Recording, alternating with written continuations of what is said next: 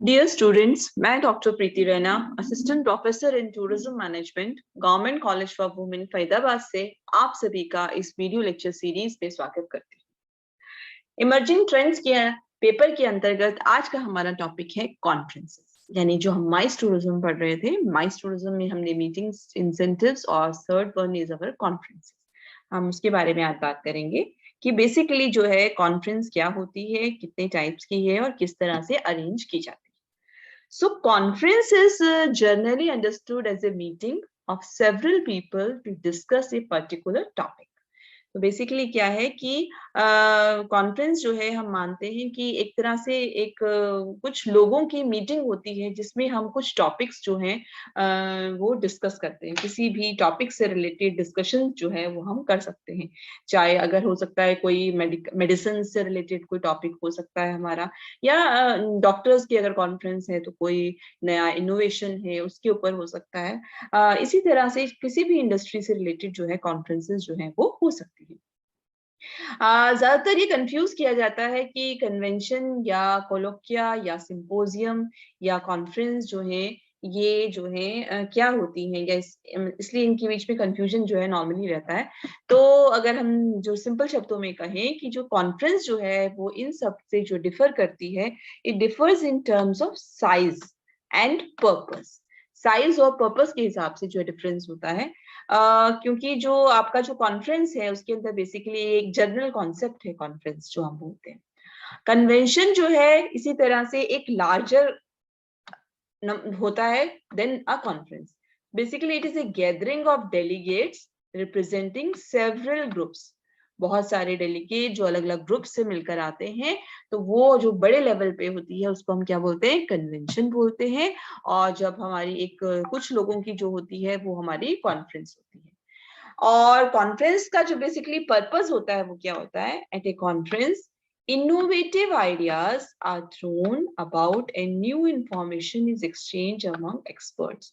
तो basic purpose conference का क्या होता है, कुछ नए इनोवेटिव नए आइडियाज जो हैं वो जो है उसके ऊपर जो है कोई ना कोई अपना नया आइडिया देता है, नया थॉट प्रोसेस देता है। और इसी तरह से जो भी एक्सपर्ट्स होते हैं उनके बीच में अगर कोई नई इंफॉर्मेशन होती है तो वो एक्सचेंज की जाती है, बताई जाती है। जैसे हमने शुरू में एग्जांपल लिया था कि डॉक्टर्स की अगर कॉन्फ्रेंस है तो कोई नई मेडिसिन निकली है, कोई नई ट्रीटमेंट करने का कोई नया तरीका निकला है, तो उन चीजों पे जब हम करते हैं, डिस्कशन होता है, तो वो हमारी कॉन्फ्रेंस कहलाती है। तो क्लियर है बेसिकली कॉन्फ्रेंस क्या है। कॉन्फ्रेंस इज जनरली जो है एक मीटिंग है जिसमें बहुत सारे लोग किसी पर्टिकुलर टॉपिक पर डिस्कस करते हैं। और ये कॉन्फ्रेंस जो है दूसरों से जो है डिफर करती है in terms of size and in term of purpose.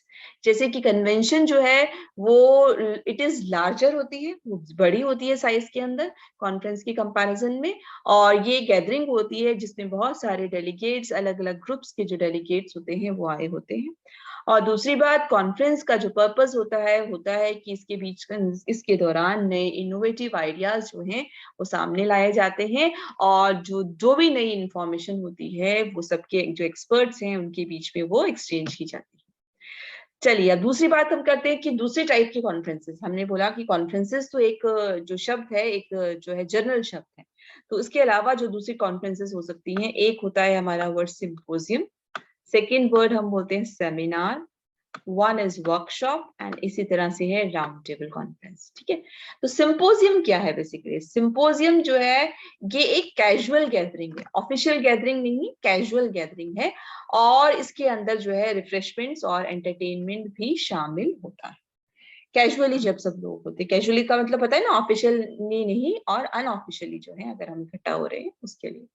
Seminar जो होता है ये ऑर्गेनाइज्ड होता है जिसके अंदर की किसी भी पर्टिकुलर टॉपिक पर डिस्कस किया जाता है। और सेमिनार्स जो हैं यूजुअली एजुकेशनल होते हैं। और जो अटेंडीज जो आए हुए होते हैं, ये होता है कि सेमिनार से जो है उनको कोई ना कोई जो है उनकी नॉलेज में या उनकी स्किल्स के अंदर जो है वो वृद्धि होनी चाहिए। सेमिनार का मेन पर्पस होता है कि उसको जो अटेंड करने के लिए आए हुए हैं उन लोगों के अंदर जो है कोई ना कोई जो है उनके अंदर जो है उनको जो भी उनको जो बेनिफिट जो है वो उनको कोई ना कोई मिलना चाहिए, नॉलेज जो है वो इंक्रीज। तो इसी तरह से जैसे कि सेमिनार है उसी तरह से होती है हमारी वर्कशॉप। और वर्कशॉप में जो है ज्यादा होता है बेसिकली हैंड ऑन एक्सपीरियंस होता है पार्टिसिपेंट्स के लिए, यानी कि बेसिकली पार्टिसिपेंट्स को जो है वहां पर रहते हुए डेमोन्स्ट्रेट करके कुछ एक्टिविटीज जो हैं वो सिखाई जाती हैं उनको। और साथ साथ जो उसमें जो टाइम होता है बेसिकली एक स्पीकर जो है जिसको बोलना है वो बहुत ही लिमिटेड टाइम होता है। Speaker addresses the group is limited, जो जितनी देर तक उसने बोलना है वो टाइम लिमिटेड होता है और उनको कुछ ना कुछ चीजें सिखाई जाती है। जैसे कई बार आप कोई भी कुकिंग से रिलेटेड वर्कशॉप करा हो जाती है, या कोई जो है कोई डिफरेंट मशीनरी है, प्रोडक्ट हाईलाइट की जा रही है, उसकी वर्कशॉप है। इस टाइप से जो है वर्कशॉप ऑर्गेनाइज जो है वो की जाती है। तो बेसिकली पॉइंट क्या है, they give us a hand on experience और विद डेमोन्स्ट्रेशन, करके दिखाना, मतलब वो करके दिखाते हैं वर्कशॉप के दौरान पे जो और जो है हमें एक्टिविटी। नेक्स्ट है हमारा राउंड टेबल कॉन्फ्रेंस। ये है बेसिकली गेट टुगेदर की तरह होती है। जो पीयर ग्रुप है, एक ही एज ग्रुप के या एक ही साथ के जो लोग होते हैं, वो अपने थॉट्स जो हैं बेसिकली, या जो उनकी जो राय है किसी भी टॉपिक से रिलेटेड जो है, सर्टेन टॉपिक से रिलेटेड, उसका आदान प्रदान करते हैं, एक दूसरे के साथ एक्सचेंज करते हैं। यूजुअली कई बार पॉलिटिकल इश्यूज भी हो सकते हैं, बिजनेस कॉमर्शियल इश्यूज से रिलेटेड भी हो सकते हैं। और इसके अंदर जो पार्टिसिपेंट्स होते हैं उनका नंबर जो होता है वो लिमिटेड होता है, जो उस टेबल के अंदर बैठते हैं, ताकि जो है सब एक दूसरे से face to face, round table इसलिए कहा गया है कि सारे जो है एक दूसरे को फेस टू फेस करके बैठ रहे हैं, तो राउंड टेबल के हिसाब से जो है नंबर जो होता है इनका वो लिमिटेड होता है। ये आपको क्लियर हो गया। तो सिंपोजियम क्या है, seminar, workshop and round table. और इसी तरह से अब हम नेक्स्ट चीज की बात करते हैं, वो है हमारा पर्पस ऑफ कॉन्फ्रेंस। कॉन्फ्रेंस के पर्पस के हिसाब से जो है वो डिफरेंट डिफरेंट कॉन्फ्रेंसेस हो सकती है, टर्मिनोलॉजी हम उनको दे सकते हैं। जैसे कि पहला है हमारा academic conference, business conference, next is trade conference, इसी तरह से है अनकॉन्फ्रेंस आपकी। तो एकेडमिक कॉन्फ्रेंस जो होती है, जो कि जिसके अंदर की साइंटिस्ट या एकेडमिशियंस जो होते हैं, वो जहां पर रिसर्च जो उनकी जो फाइंडिंग्स हैं या उन्होंने कुछ चीज प्रेजेंट की है, या तो वो उसके अंदर किया जाता है एकेडमिक कॉन्फ्रेंस के अंदर। तो बेसिकली कोई वर्कशॉप कंडक्ट की जाती है, या फिर बेसिकली मतलब कहने का मतलब यही है कि जो साइंटिस्ट हैं या एकेडमिशियंस हैं, जहां पर उन्होंने कोई रिसर्च नहीं की है तो उसकी फाइंडिंग्स को डिस्कस किया जाता है, वो हमारी होती है एकेडमिक कॉन्फ्रेंस, जो पढ़ाई से रिलेटेड है। बिजनेस कॉन्फ्रेंस जो होती है, ये उन लोगों के बीच में होती है जो सेम कंपनी या सेम इंडस्ट्री में काम कर रहे होते हैं। वो बिजनेस कॉन्फ्रेंस के दौरान जो है वो एक साथ आते हैं और डिस्कस करते हैं नए ट्रेंड्स और अपॉर्चुनिटीज के लिए, कि नए क्या ट्रेंड्स चल रहे हैं, क्या अवसर हैं आगे बिजनेस के लिए, तो उनके बारे में डिस्कशन किया जाता है। उसको बोलते हैं बिजनेस कॉन्फ्रेंस। यानी कि बिजनेस मैन जो है वो इकट्ठा करके कि आने वाले क्या बदलाव हो सकते हैं, आने वाला समय कैसा है, ट्रेंड्स क्या, लोगों की पसंद कैसी चल रही है, तो हमारे पास में क्या अवसर है, किस तरह का बिजनेस जो है हम आगे बढ़ा सकते हैं, किस तरह का प्रोडक्ट लाया जा सकता है, इन सब विषयों पे जो है वो बात की जाती है। अगला जो हमारा है ट्रेड कॉन्फ्रेंस, वो होता है ये बड़े स्केल पर होता है, और बिजनेसमैन के अलावा जो है मेंबर्स होते हैं इसके अंदर, जो आम पब्लिक के भी मेंबर्स जो होते हैं वो साथ में आते हैं, और वो मिलकर जो है नेटवर्क करते हैं सप्लायर्स के साथ में, और उनके साथ कनेक्शंस करते हैं। जैसे कि कॉन्फ्रेंस के अंदर जो है वर्कशॉप भी होती है और एक तरह से व्हाइट पेपर प्रेजेंटेशन भी होता है।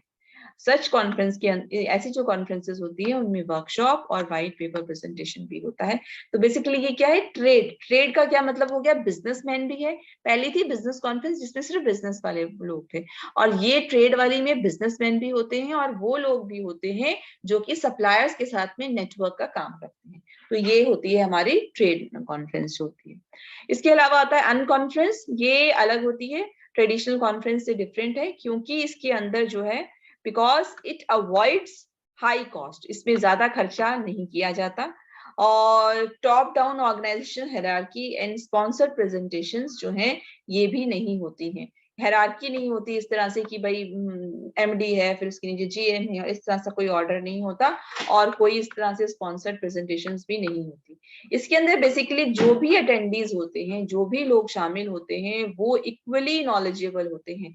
सब जो होते हैं एक ही तरह का नॉलेज सबके पास में होता है उस टॉपिक से रिलेटेड, और जो है उसके साथ साथ वो डिस्कशन करते हैं, ओपन मोड के अंदर कि सब अपने विचार जो है बेसिकली व्यक्त कर सकते हैं।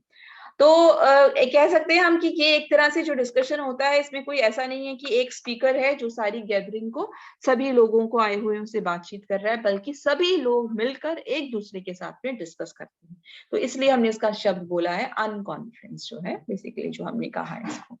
ठीक है बच्चों, चलिए अब नेक्स्ट जो हमारा इम्पोर्टेंट पॉइंट आता है कि भाई हम अपनी इस इंडस्ट्री के अंदर जो है हम कॉन्फ्रेंस ऑर्गेनाइज करने का जो काम होता है, तो कॉन्फ्रेंस कैसे ऑर्गेनाइज की जाती है। एक बड़ी कॉन्फ्रेंस को ऑर्गेनाइज करने के लिए जो है बहुत ही जरूरी है, जब आप एक बड़ी कॉन्फ्रेंस ऑर्गेनाइज कर रहे हैं या प्लान कर रहे हैं, तो जिस डेट को वो कॉन्फ्रेंस होनी है उससे कम से कम 6 महीने पहले, और उससे भी ज्यादा अगर बड़ी कॉन्फ्रेंस है, आप बड़े लेवल पर है, तो आप कह सकते हो कि 1 साल पहले एडवांस में भी सारा काम जो है वो शुरू कर देना चाहिए। तभी हम उस कॉन्फ्रेंस को सफल बना सकते हैं, क्योंकि काफी काम होता है। अब हमारे दिमाग में बहुत सारी चीजें आती हैं कि हमें कॉन्फ्रेंस पर अगर हमें काम करना है, तो प्लान करना है, तो हमें कहाँ से शुरुआत करनी है इसको, इसके लिए जो है, और किसको बुलाना पड़ेगा कॉन्फ्रेंस को ऑर्गेनाइज करने के लिए, जो है बेसिकली किन किन लोगों को बुलाना पड़ेगा, कौन सी जगह हमारे लिए सही रहेगी कॉन्फ्रेंस के लिए। तो ये बहुत सारी चीजें आती है हमारे सामने। तो इसके लिए जो है अगर हम बात करें सिंपल शब्दों में, तो सबसे पहले पास अगर हमें कॉन्फ्रेंस ऑर्गेनाइज करनी है, तो हमारा स्टेप नंबर 1 क्या है, डिसाइड ऑन ए थीम। सबसे पहले डिसाइड करना पड़ता है थीम के ऊपर कि थीम क्या रहेगा। तो हर बड़ी कॉन्फ्रेंस, अच्छी कॉन्फ्रेंस के लिए थीम की आवश्यकता होती है। थीम मतलब बेसिकली हम अपना क्या एक पर्टिकुलर अलग मैसेज जो है स्पीकर जो है वो देना चाहते हैं, जो है यानी कि जब उस कॉन्फ्रेंस से में आए हुए अटेंडीज के लिए क्या स्पेसिफिक मैसेज जो है हम कन्वे करना चाहते हैं, वो उसके लिए हमें थीम डिसाइड करना पड़ता है। तो जो बेस्ट थीम जो होता है वो होता है जो बहुत ही कैची हो, और जो हमारी उस पूरी कॉन्फ्रेंस से रिलेट करता हो, उससे जोड़ता हो, और इमोशनल रिस्पॉन्स भी जो है वो ट्रिगर करे हमारे अंदर, ऐसा होना चाहिए। तो कॉन्फ्रेंस जो है वो ऐसी होनी चाहिए ताकि वो कन्वर्सेशन को जो बेसिकली स्टिमुलेट करे, बढ़ावा दे। और आपका जो थीम है, जैसे उदाहरण के लिए stronger as a team is probably a better theme than achieving improved efficiency through increased cross-functional collaboration. एक थीम है achieving improved efficiency through increased cross-functional collaboration। इस थीम की जगह अगर हम वर्ड यूज करें stronger as a team, तो वो ज्यादा कैची है, इजी है, समझ आने में है, और ट्रिगर भी करता है इमोशंस को। सो थीम जो होता है वो बेसिकली है कि हम सारी जो हमारे जितने भी अटेंडीज आए हुए हैं, हमने सबको एड्रेस करना है उसके लिए, और ये ही हमें गाइड करता है किस तरह से जो है हम अपनी कॉन्फ्रेंस की ब्रांडिंग करेंगे और प्रमोशन करेंगे। उसी के हिसाब से हम लोगो भी डिजाइन करेंगे, उसी के हिसाब से सोशल मीडिया के ऊपर जो मैसेज देना है वो होगा, और उसी हिसाब से जो अपने कॉन्फ्रेंस के पोस्टर्स या ब्रोशर्स या जो दूसरा मटेरियल बनेगा वो भी उसी के अकॉर्डिंगली बनता है। तो जो थीम डिसाइड करना है ये एक बहुत ही इंपॉर्टेंट होता है हमारे लिए। थीम डिसाइड करने के बाद में जो सेकंड स्टेप है वो रहता है assemble your A team. Chances हैं कि आप ऑर्गेनाइज करोगे पूरी कॉन्फ्रेंस जो है वो खुद से ऑर्गेनाइज जो है वो आप नहीं कर सकते हैं। तो आपको उसको ऑर्गेनाइज करने के लिए एक डेडिकेटेड यानी कि समर्पित जो है, जो काम करने के इच्छुक हो लोग जो हैं, उनकी जो है एक टीम बनाने की जरूरत होती है, ताकि जो उनको सबको आप रिस्पॉन्सिबिलिटी दे सको, सारे काम दे सको, और जो वो आपको मदद करेंगे प्लान करने में, नेगोशिएशन करने में और प्रमोट करने के अंदर भी। तो जो आपकी टीम जो होगी उसके अंदर बेसिकली आपको जो टीम बनानी है उसके अंदर क्या क्या बनाना पड़ेगा। एक तो प्लानिंग टीम बनानी पड़ेगी जो कि कॉन्फ्रेंस का वेन्यू डिसाइड करेगी, कॉन्फ्रेंस किस जगह होनी है। दूसरी बात अकोमोडेशन का ध्यान रखेगी, एक्टिविटीज का ध्यान रखेगी, केटरिंग का ध्यान रखेगी, इन सारे अरेंजमेंट्स को देखेगी।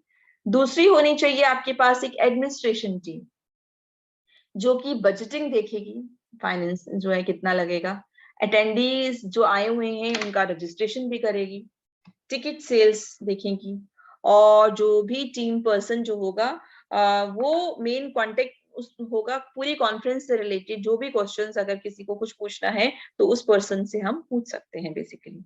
ये हमारी एडमिनिस्ट्रेशन टीम में होगा। नेक्स्ट होगी हमारी marketing team. Marketing team basically क्या करेगी? मार्केटिंग टीम जो है वो मीडिया के साथ कांटेक्ट करती है। प्रमोशनल मटेरियल जो है आपकी कॉन्फ्रेंस से रिलेटेड वो उसका काम है बनवाना। आपकी वेबसाइट को मैनेज करना, ब्लॉग्स को या सोशल मीडिया की एक्टिविटीज को मैनेज करने का काम जो होगा वो मार्केटिंग टीम के पास होगा। साथ ही होगी आपकी स्पॉन्सरशिप टीम। तो जो स्पॉन्सरशिप टीम है बेसिकली वो इंचार्ज होगी स्पॉन्सर्स लाने के लिए, कि आपका जो कॉन्फ्रेंस है उसके लिए स्पॉन्सर्स ढूंढने का काम उनका होगा। जो ग्रांट्स के लिए अप्लाई करना है या फंड रेज करना है, कॉन्फ्रेंस के लिए पैसा इकट्ठा करना है, तो एक्सटर्नल सोर्सेज से वो काम भी स्पॉन्सरशिप टीम करती है। Then is your volunteers. और सभी एक्टिविटीज के दौरान, कॉन्फ्रेंस के दौरान जो है हमें वॉलंटियर्स की आवश्यकता होती है, जो डोर टू डोर मैनेजमेंट कर सकते हैं, टिकट्स देखने का काम कर सकते हैं, सारे गेस्ट को ध्यान में रखने का काम कर सकते हैं, सारी जो है लोगों को गाइड करने का काम, ऐसे जो भी काम है उसमें वो मदद कर सकते हैं, वो जो होते हैं। तो जो एज ए मैनेजर जो है आपका वो काम होता है कि मेन कि आप इस टीम के सभी के सबके साथ में जो टीम मेंबर्स जो आपने बनाए हैं उनके साथ में कोऑर्डिनेट करना पड़ता है, राइट। अब आता है ए टीम आपकी हो गई। नंबर नेक्स्ट आपका आएगा कि prepare a budget and business plan. आप बजट और बिजनेस प्लान जो है वो प्रिपेयर करेंगे। तो चाहे आपकी कॉन्फ्रेंस जो है वो स्पॉन्सर्स के द्वारा फंड की जा रही है या नहीं, बट आपको सारा जो बजट है वो एक साथ इकट्ठा करना पड़ेगा। आपको ये सोचना पड़ेगा कि जो ये मनी जो है वो कहाँ से आएगा और कैसे खर्च होगा, कहाँ कहाँ पर खर्च होगा। क्योंकि बजट की मदद से जो है आप सभी चीजों का जो पार्टिसिपेट कर रहे हैं कॉन्फ्रेंस के अंदर लोग, उनके लिए प्राइस भी सेटअप कर सकते हैं आप। और जो है मोस्ट कॉमन आइटम्स जो हैं जिनकी हमें बजटिंग करनी पड़ती है वो क्या है? एक तो है हमारा वेन्यू। आपको पता होना चाहिए मुझे 1 लाख वाला लेना है, 5 लाख वाला लेना है, 10 लाख वाला लेना है, मेरा बजट कितना है। इसी तरह से आपकी सारी चीजें हैं, अकोमोडेशन, ट्रांसपोर्टेशन, केटरिंग, स्पीकर की जो फीस है वो, जो एक्टिविटीज कराएंगे आप, मार्केटिंग में होने वाला खर्च, टीम मेंबर्स के लिए जो पैसा लगेगा। बजट अगर आप बनाते हैं और बिल्कुल रियलिस्टिक एस्टिमेट्स के साथ में, ऐसे ही नहीं जितना मर्जी सोच लिया अंदाजे से नहीं, थोड़ा रियलिस्टिक होने की जरूरत होती है। उसकी वजह से उससे मदद से जो है आप वेन्यू को सर्च आसानी से कर पाओगे और साथ साथ कॉन्ट्रैक्टर के साथ में जो है वो नेगोशिएट भी कर पाओगे। अगर आपको एक अंदाजा है कि मेरा बजट जो है अगर सपोज 10 लाख का है तो मुझे इसमें से वेन्यू पर कितना पैसा देना है, कितना दे सकता हूँ, उसी के अकॉर्डिंगली आप तोल भाव करोगे वेन्यू वाले के साथ में। ठीक है, तो ये हो गया आपका बजट या बिजनेस प्लान बेसिकली। नेक्स्ट चीज आती है हमारी step 4, find sponsors and grants. तो अगर आप फाइनेंस कर रहे हैं किसी कॉन्फ्रेंस को जो है अपने आप, और जो है एक्सटर्नल सोर्सेज को जो है नहीं ढूंढ रहे हैं, सिर्फ अपने लेवल पर कर रहे हैं, तो ये स्टेप आप छोड़ सकते हो। बट अगर आप स्पॉन्सर्स ढूंढ रहे हो, समझ गए ना, अगर तो आपने खुद की बजटिंग की, खुद का पैसा लगा रहे हो, तो आपको स्पॉन्सर्स की जरूरत ही नहीं है, तो ये स्टेप नंबर 4 हट जाएगा। बट अगर हम स्पॉन्सर्स ढूंढ रहे हैं तो ये स्टेप नंबर 4 जो है वो ये रहता है। तो मेन थिंग जो है आपको जो ध्यान में रखनी है कि स्पॉन्सर्स और जो उनकी वैल्यू है वो आपके थीम्स के हिसाब से जो है वो कॉन्फ्रेंस की जो थीम है उसके अकॉर्डिंगली होनी चाहिए।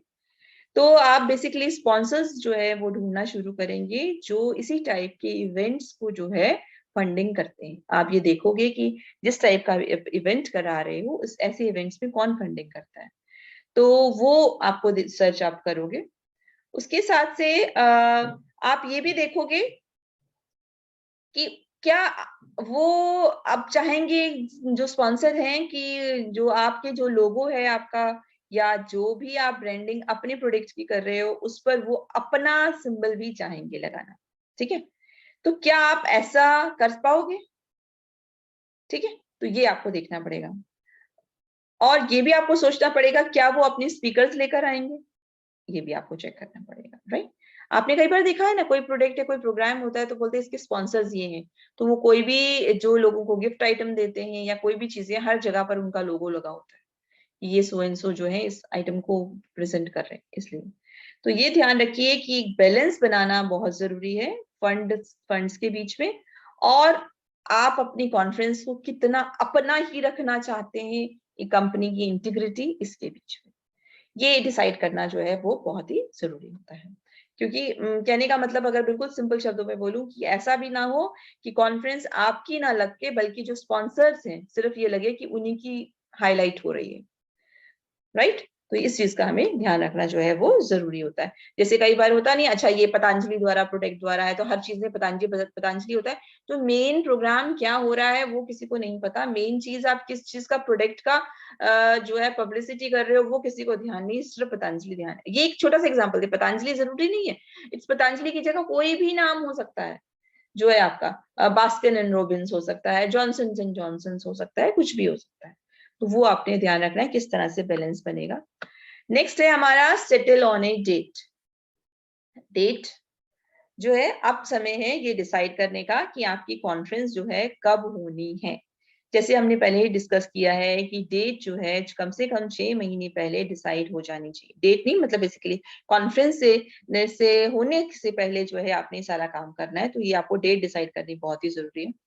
और ये भी ध्यान रखना पड़ेगा कि आपकी कॉन्फ्रेंस जो है कितने दिन की है। तो इंडस्ट्री के जो है ये सजेस्ट करती है कि कॉन्फ्रेंस में जो है लगभग जो है अगर 300 पार्टिसिपेंट्स हों तो आपको कम से कम 2 दिन पूरे लगते हैं। 300 पार्टिसिपेंट्स अगर पार्टिसिपेट कर रहे हैं कॉन्फ्रेंस में तो कम से कम वो कॉन्फ्रेंस 2 दिन की होती है।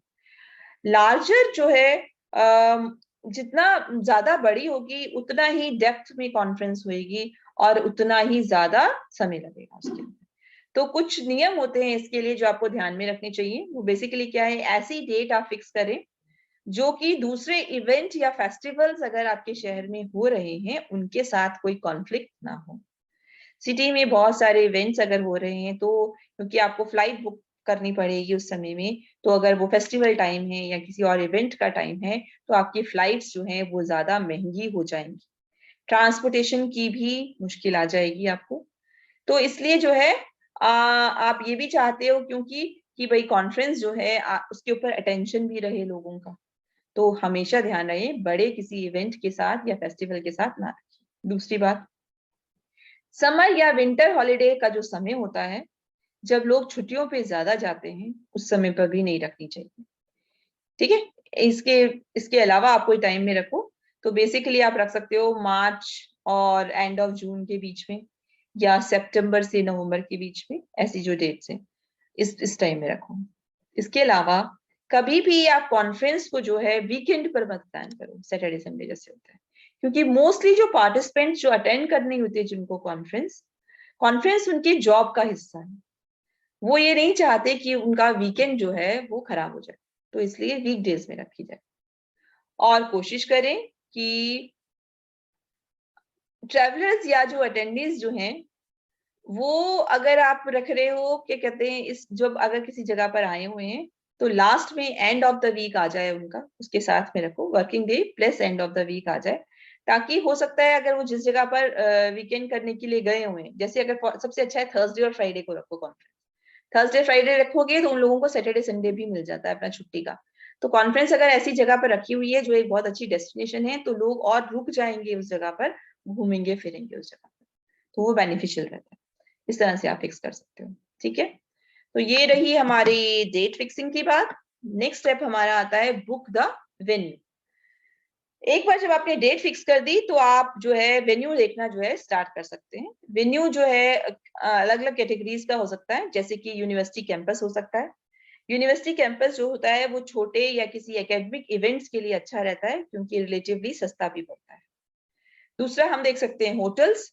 होटल्स जो हैं वो डेडिकेटेड होते हैं कॉन्फ्रेंसेस के लिए, उनकी अपनी केटरिंग भी होती है, तो ये बेस्ट चॉइस होती है हमारी, क्योंकि यहाँ आपको अकोमोडेशन भी मिल जाता है और कॉन्फ्रेंस के लिए जगह भी मिल जाती है। हाँ, हालांकि ये एक एक्सपेंसिव ऑप्शन होता है। नेक्स्ट है आपका इंडिपेंडेंट वेन्यूज। ये कैटेगरी के अंदर शामिल हैं सभी तरह के वेन्यूज जो कि कॉन्फ्रेंस होस्ट कर सकते हैं और काफी सारे ऐसे वेन्यूज हैं जो स्पेशलाइज करते हैं अलग अलग इवेंट्स के अंदर। कॉस्ट ऑफ वेन्यू जो होती है वो आपको जज करनी पड़ेगी कि वो लोग कितना मांग रहे हैं। और भी बहुत सारे फैक्टर्स होते हैं जब आपको वेन्यू डिसाइड करना होता है। वो फैक्टर्स हो सकते हैं साइज, क्योंकि आपका साइज अगर आपको पता है कि तो आप बहुत ज्यादा छोटा वेन्यू भी नहीं चूज कर सकते हो। छोटे से कमरे के अंदर वो एक अच्छा आइडिया नहीं होगा। इसी तरह से अगर आपकी जो लोग हैं वो बहुत ही थोड़े हैं बट आप वेन्यू बहुत बड़ा करते हो, वो भी कंफर्टेबल नहीं लगता है। तो आपको उस हिसाब से दूसरी चीज आपका ध्यान रखना है लोकेशन का, क्योंकि आपको एक ऐसी लोकेशन जो है देखनी है कि जो भीड़ भाड़ से अलग हो, या आपको देखनी है कि शहरों के बीचों बीच हो। तो वेन्यू जो है नॉर्मली आप ऐसी जगह पर रखो जो शांतिपूर्ण जगह हो, आसपास देखने के लिए भी सुंदर हो, सराउंडिंग्स भी अच्छी हो, इस तरह की रख सकते हैं। इसी तरह से आपको ध्यान रखना है एटमॉस्फेयर का। वेन्यू ऐसी जगह पर हो जहां से अच्छी वाइब्स आती हो, अच्छी फीलिंग आए, जो भी टारगेट ऑडियंस है उनको वो थीम और वो वेन्यू जो है वो अच्छा लगे बेसिकली। तो इस तरह से आप कर सकते हो। जैसे कि कोई बहुत बड़ा जिम है, आप उसके अंदर कोई बिजनेस कॉन्फ्रेंस नहीं करना चाहोगे। बिजनेस कॉन्फ्रेंस है और आसपास जिम है, जिम की मशीनरी, वो आपको अच्छा नहीं लगेगा। तो कॉन्फ्रेंस जो है वो हमेशा आपकी थीम से रिलेटेड होनी चाहिए। जगह डिसाइड करें। इसी के हिसाब से आपको फैसिलिटीज भी देखनी पड़ती हैं कि जो आप वेन्यू चूज कर रहे हो क्या वहां पर हर तरह की सुविधाएं हैं, कॉन्फ्रेंस रूम स्टाइल्स वहां पर जैसे आपको चाहिए वहां है कि या नहीं है, वो आपको चेक करना है। बिसाइड दिस अकोमोडेशन देखना है कि क्या उस वेन्यू के अंदर या वेन्यू के आसपास रहने की सुविधाएं हैं या नहीं। ये एक इंपॉर्टेंट फैक्टर है। इसी तरह से केटरिंग जो खाने पीने की चीजें हैं वो आपको देखनी है। वेन्यू के साथ साथ क्या आपको फिजिबिलिटी है केटरिंग की, आसपास सिंपल रेस्टोरेंट्स या कैफे हैं, ये सारी चीजें हैं या नहीं। इसी तरह से आता है आपका ट्रांसपोर्टेशन, कि आप जो वेन्यू चूज कर रहे हो वो लोगों के लिए कितना कंफर्टेबल। अगर आपके लोग क्लाइंट्स जो हैं वो बाहर से आ रहे हैं तो क्या वो आपका वेन्यू एयरपोर्ट के नजदीक है या बहुत दूर है एयरपोर्ट से। और वहां एयरपोर्ट से, बस स्टैंड से, रेलवे स्टेशन से सारे ऑप्शंस आपको देखने। इसी तरह से पार्किंग एरिया अवेलेबल है या नहीं। इसी तरह आपको देखना है वेन्यू चूज करते वक्त टेक्निकल एस्पेक्ट्स देखने हैं कि उस वेन्यू के अंदर जो है इंफॉर्मेशन टेक्नोलॉजी से रिलेटेड सारी सुविधाएं, audio system, video equipments, projection screens, microphones, बहुत सारे चार्जिंग पॉइंट्स पार्टिसिपेंट्स के लिए, अच्छा वाईफाई की सुविधा, इन चीजों की अवेलेबिलिटी को ध्यान में रखते हुए ही आपको वेन्यू चूज करना होता है।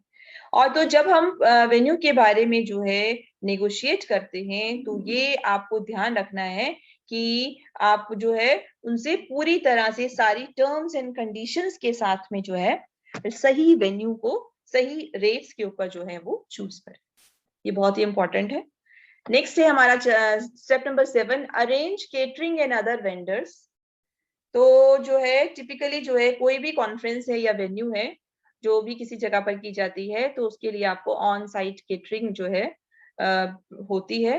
बट अगर वहां पर ये चीजें नहीं है, केटरिंग की सुविधा नहीं है, तो आपको बाहर से कोई ना कोई सप्लायर जो है वो चूज करना पड़ेगा जो ये सारी केटरिंग की सुविधाएं देगा।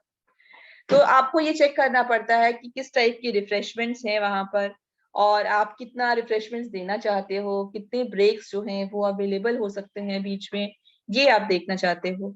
और जो है कई बार जो होता है कि खाना पीना जो है आपको कॉफी या स्नैक्स देनी है अपने गेस्ट को, ये भी देखोगे। आपका कितना बजट है उसके अकॉर्डिंगली जो है आप डिसाइड कर सकते हो। तो आपको श्योर करना पड़ता है कि जो केटरिंग कंपनी है वो आपके उस इवेंट को, जिस लेवल का वो इवेंट है, उसको पूरी तरह से जो है वो सारी सुविधाएं समय पर और बेहतर क्वालिटी की वो दे पाएगी या नहीं दे पाएगी। एडवांस में चेक कर लेना चाहिए कि जो वेन्यू में जो सुविधाएं वो दे रहे हैं क्या वो अप टू लेवल होंगी या नहीं होंगी। ये जो है चेक कर लेना जो है वो बहुत ही जरूरी होता है बेसिकली।